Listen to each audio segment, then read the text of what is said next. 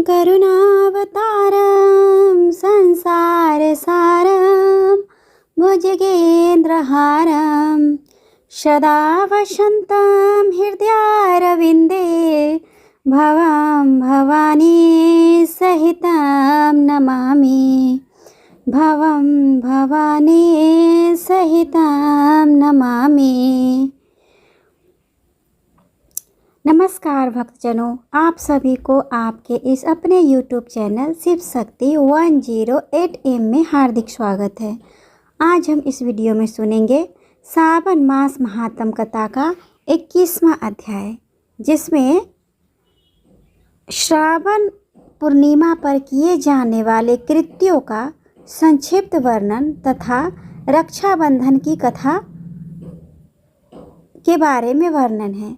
तो आइए विघ्नहर्ता श्री गणेश का नाम लेकर इस कथा को सुनते हैं। भक्तजनों, आप लोगों से अनुरोध है, कृपया कर इस कथा को पूरे ध्यान और भक्ति भाव से अंत तक सुने, ताकि इस कथा के श्रवण से मिलने वाले शुभ पुण्य फल की प्राप्ति हो। सनत कुमार बोले, हे दयानिधे, कृपया करके अब आप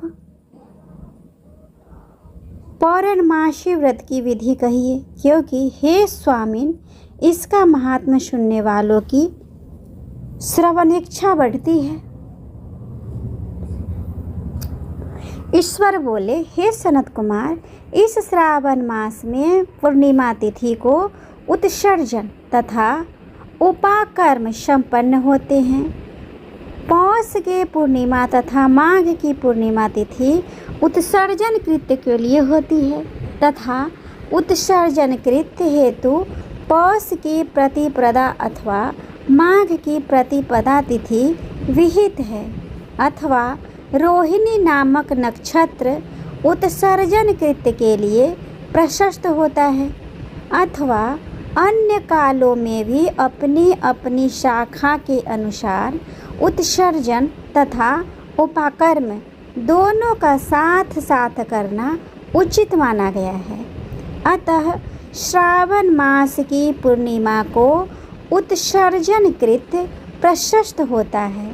साथ ही ऋग्वेदियों के लिए उपाकर्म हेतु श्रवण नक्षत्र होना चाहिए। चतुर्दशी, पूर्णिमा अथवा प्रतिपदा तिथि को में जिस दिन श्रवण नक्षत्र हो, उसी दिन ऋग्वेदियों को उपाकर्म करना चाहिए। यजुर्वेदियों का उपाकर्म पूर्णिमा में और सामवेदियों का उपाकर्म हस्त नक्षत्र में होना चाहिए। शुक्र तथा गुरु के अस्तकाल में भी सुखपूर्वक उपाकर्म करना चाहिए, किंतु इस काल में इसका प्रारंभ पहले नहीं होना चाहिए, ऐसा शास्त्रविदों का मानना है। ग्रहण तथा संक्रांति के दूषित काल में अनंतर ही इसे करना चाहिए। हस्त नक्षत्र युक्त पंचमी तिथि में अथवा भाद्रपद पूर्णिमा तिथि में उपाकर्म करें। अपने अपने गृहसूत्र के अनुसार उत्सर्जन तथा उपाकर्म करें।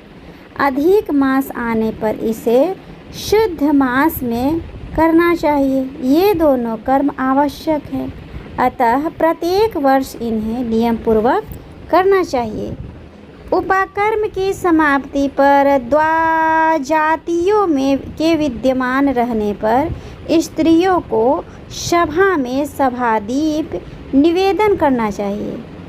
उस दीपक को आचार्य ग्रहण करे या किसी अन्य ब्राह्मण को प्रदान कर दे। दीप की विधि इस प्रकार है।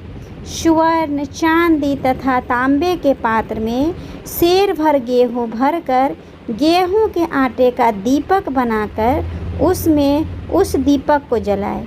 वह दीपक घी से अथवा तेल से भरा हो और 3 बत्तियों से युक्त हो।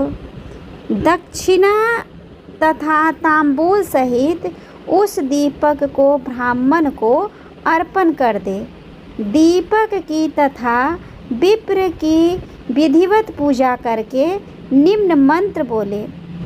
सदक्षिणः शताम्बुलः सभादीपो यमुक्तम् अर्पितो देवदेवस्य मम सन्तु मनोरथाः। दक्षिणा तथा तांबूल से युक्त यह उत्तम सभादीप मैंने देव को निवेदित किया है। मेरे मनोरथ अपूर्ण हो।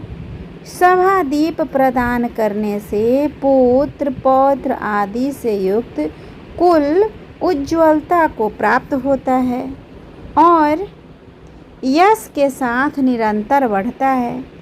इसे करने वाली स्त्री दूसरे जन्म में देवांगनाओं के समान रूप प्राप्त करती है।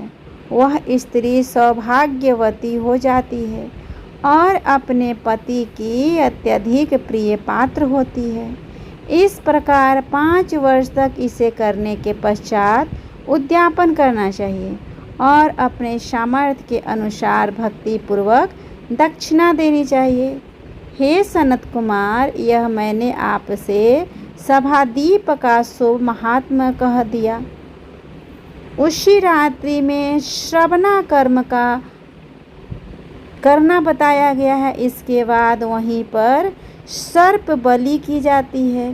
भी अपना अपना गृहसूत्र देखकर ये दोनों ही कृत्य करने चाहिए। हयग्रीव का अवतार उसी तिथि में कहा गया है, अतः इसी तिथि पर हयग्रीव जयंती का महोत्सव मनाना चाहिए। उनकी उपासना करने वालों के लिए यह उत्सव नित्य करना बताया गया है। श्रावण पूर्णिमा के दिन श्रावण नक्षत्र में भगवान श्री हरि हयग्रीव के रूप में प्रकट हुए और सर्वप्रथम उन्होंने सभी पदों का नाश करने वाले सामवेद का गान किया। इन्होंने सिंधु और वितस्ता नदियों के संगम स्थान में श्रवण नक्षत्र में जन्म लिया था, अतः श्रावणी के दिन वहाँ स्नान करना भी मनोरथों को पूरा करने वाला होता है। उस दिन वहाँ सारंग, धनुष, चक्र तथा गदा धारण करने वाले विष्णु की विधिवत पूजा करें। इसके बाद साम गान का श्रवण करें, ब्राह्मणों की हर प्रकार से पूजा करें और अपने बंधु बांधवों के साथ वहाँ क्रीड़ा करने तथा भोजन करें।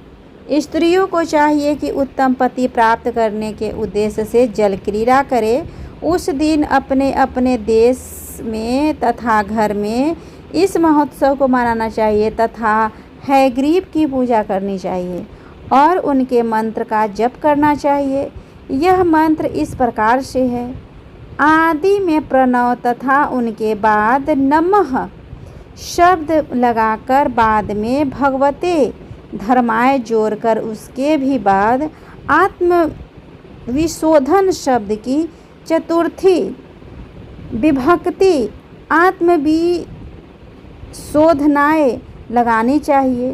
पुनः अंत में नमः शब्द युक्त करने से 18 अक्षरों वाला ओम नमो भगवते धर्माय आत्मविशोधनाय नमः मंत्र बनता है। यह मंत्र सभी सिद्धियां प्रदान करने वाला और 6 प्रयोगों को सिद्ध करने वाला है।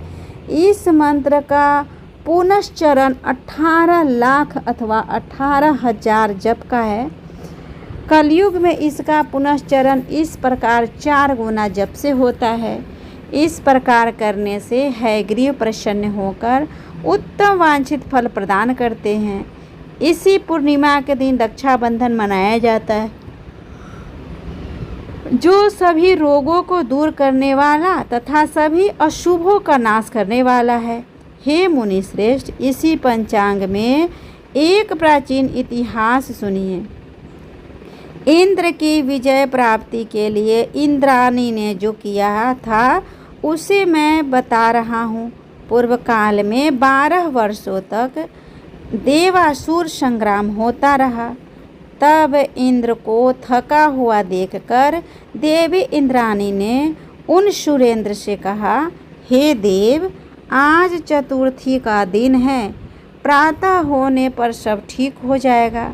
मैं रक्षाबंधन अनुष्ठान करूंगी, उससे आप अजय हो जाएंगे। और तब ऐसा कहकर इंद्राणी ने पूर्णमासी के दिन मंगल कार्य संपन्न करके इंद्र के दाहिने हाथ में आनंददायक रक्षा बांध दी।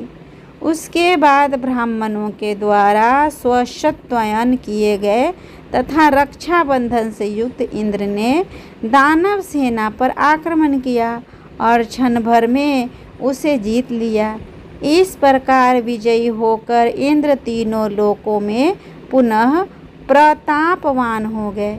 हे मुनीश्वर, मैंने आपसे रक्षाबंधन के इस प्रभाव का वर्णन कर दिया, जो विजय प्रदान करने वाला, सुख देने वाला और पुत्र, आरोग्य तथा धन प्रदान करने वाला है।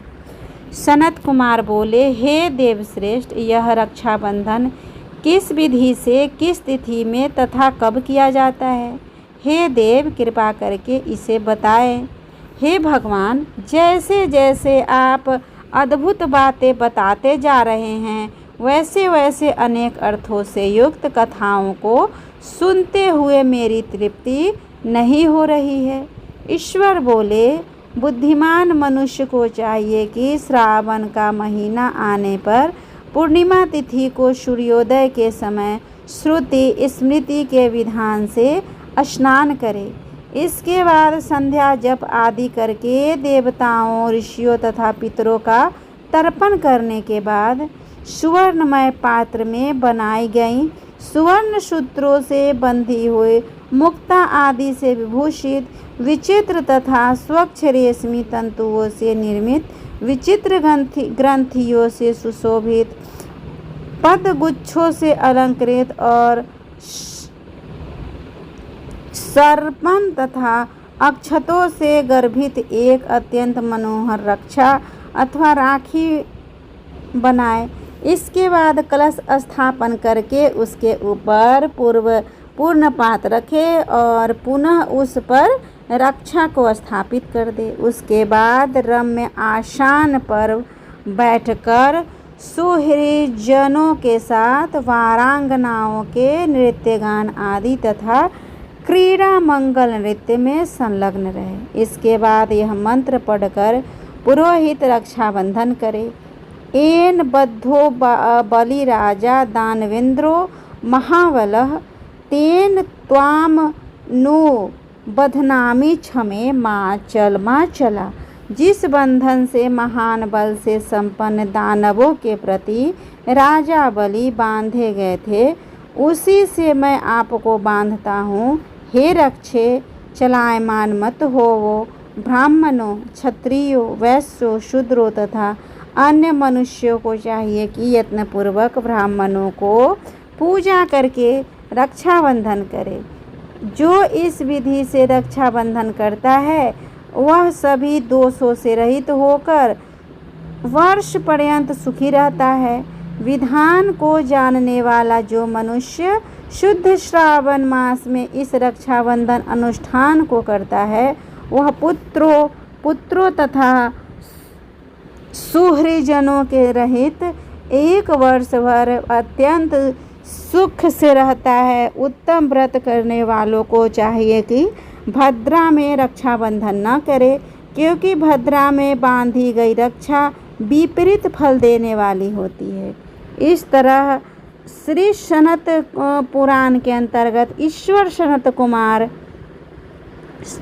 संवाद में श्रावण मास महात्म्य में उपाकर्मुत सर्जन वनाकर्म सर्प बलि सभादीप हैग्रीव जयंती रक्षाबंधन विधि कथन नामक 21वां अध्याय पूर्ण हुआ। भक्तजनों, आपको यह व्रत कथा कैसा लगा प्लीज़ कमेंट करके बताएं, और अगर अच्छा लगा हो तो मेरे वीडियो को लाइक और शेयर कर दे। साथ ही मेरे चैनल को भी सब्सक्राइब कर दे, ताकि जब भी मैं इस तरह का वीडियो अपलोड करूं उसका नोटिफिकेशन सबसे पहले आप सभी को मिले।